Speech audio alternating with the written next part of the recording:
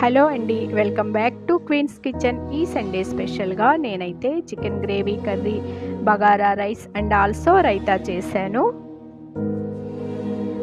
Taste అయితే చాలా బాగుందండి. ఇప్పుడు ఈ బగారా రైస్, గ్రేవీ చికెన్ కర్రీని ఎలా ప్రిపేర్ చేయాలో నేర్చుకుందాం. ఒక బౌల్ తీసుకొని అందులో ధనియాలు, షాజీరా, లవంగ మొగ్గలు, అలానే దాల్చిన చెక్క 2 ముక్కలు, స్టార్ ఎనైసా, మరాఠీ మొగ్గ, ఒక బిర్యానీ ఆకు, ఎండు కొబ్బరి ముక్కలు కొన్ని, కొంచెం మిరియాలు, ఒక యాలుక, కొన్ని జీడిపప్పు, కొన్ని అల్లం ముక్కలు, ఇవన్నీ కూడా మిక్సీలో వేసుకొని బరకగా మిక్సీ పట్టించుకోవాలి. నెక్స్ట్ మరొక గిన్నెను తీసుకొని ఇందులో 3 గ్లాసుల బాస్మతి రైస్ని తీసుకొని శుభ్రంగా కడిగి 1 అవర్ పాటు వాటర్లో నానబెట్టుకున్నానండి. ఈలోగా స్టవ్ మీద అడుగు మందంగా ఉన్న ఒక గిన్నె పెట్టుకొని స్టవ్ ఆన్ చేసి కొంచెం ఆయిల్ వేసుకొని ఇందులో 7-8 పచ్చిమిర్చి, ఒక ఆనియన్, 2 స్పూన్స్ జీడిపప్పు వేసి మెత్తగా ఇలా మిక్సీ వేసుకున్నానండి. ఇలా పేస్ట్ చేసుకున్నటువంటి ఈ మిశ్రమాన్ని వేడి నూనెలో వేయాలి. ఇందులో కొంచెం పసుపు, కొంచెం సాల్ట్, ఒక రెమ్మ కరివేపాకు కూడా వేసుకొని ఆయిల్లో బాగా వేగనివ్వాలి. చూడండి, ఈ మసాలా అంతా కూడా బాగా వేగుతుంది. ఇప్పుడు 1 స్పూన్ ఫ్రెష్ అల్లం వెల్లుల్లి పేస్ట్ కూడా వేసుకొని పచ్చివాసన పోయేంత వరకు మరొకసారి వేయించాలి. ఆ తర్వాత 1 స్పూన్ ధనియాల powder, 1 spoon garam masala powder కూడా వేసుకొని ఈ మసాలా అంతా కూడా బాగా వేయించాలి.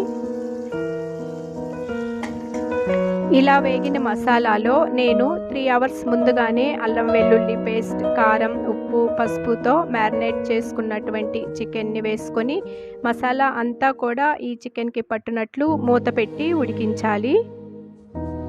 నెక్స్ట్ బగారా రైస్ కోసం స్టవ్ మీద కుక్కర్ పెట్టుకొని అందులో 3 స్పూన్స్ ఆయిల్, 3 స్పూన్స్ నెయ్యి వేసుకొని ఈ రెండు కూడా బాగా వేడయ్యాక సన్నగా కట్ చేసిన ఒక ఉల్లిపాయ, కొన్ని పచ్చిమిర్చి తుంచుకున్నవి వేసుకున్నాను. ఇందులోనే ఒక రెమ్మ కరివేపాకు కూడా తుంచుకొని వేసుకున్నాను.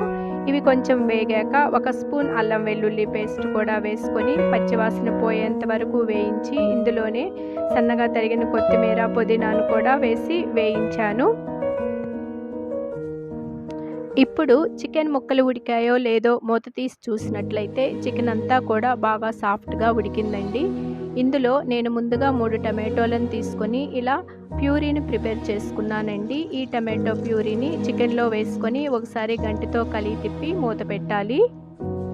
ఇప్పుడు మరలా రైస్ వద్దకు వచ్చినట్లయితే కుక్కర్లో ఉన్నటువంటి మసాలాను చూస్తే మసాలా అంతా కూడా బాగా వేగిందండి.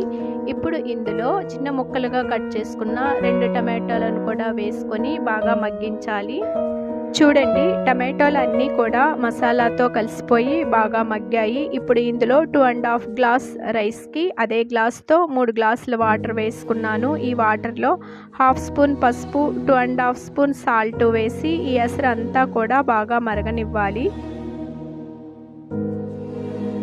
ఇప్పుడు చికెన్ కర్రీ మూత తీసి చూసినట్లయితే బాగా గ్రేవీ రెడీ అయ్యిందండి. ఇందులో నేనైతే 2 స్పూన్ సాల్ట్, 2 స్పూన్స్ కారం వేసుకున్నానండి. మీరు మీ రుచికి తగు విధంగా అడ్జస్ట్ చేసుకోండి. ఆఫ్టర్ 5 మినిట్స్ కొన్ని వాటర్ కూడా వేసుకొని అంతా ఒకసారి కలిపి తిప్పి మూత పెట్టి ఫ్లేమ్ని మీడియం టు లోలో పెట్టుకొని ఉడికించుకోవాలి. రైస్ కోసం కుక్కర్ మూత తీసి చూసినట్లయితే ఎసరంతా కూడా బాగా మరిగిందండి. ఇందులో మనం ముందుగానే నానబెట్టుకున్నటువంటి రైస్ని వేసుకొని ఒకసారి అంతా కలిపి మూత పెట్టాలి.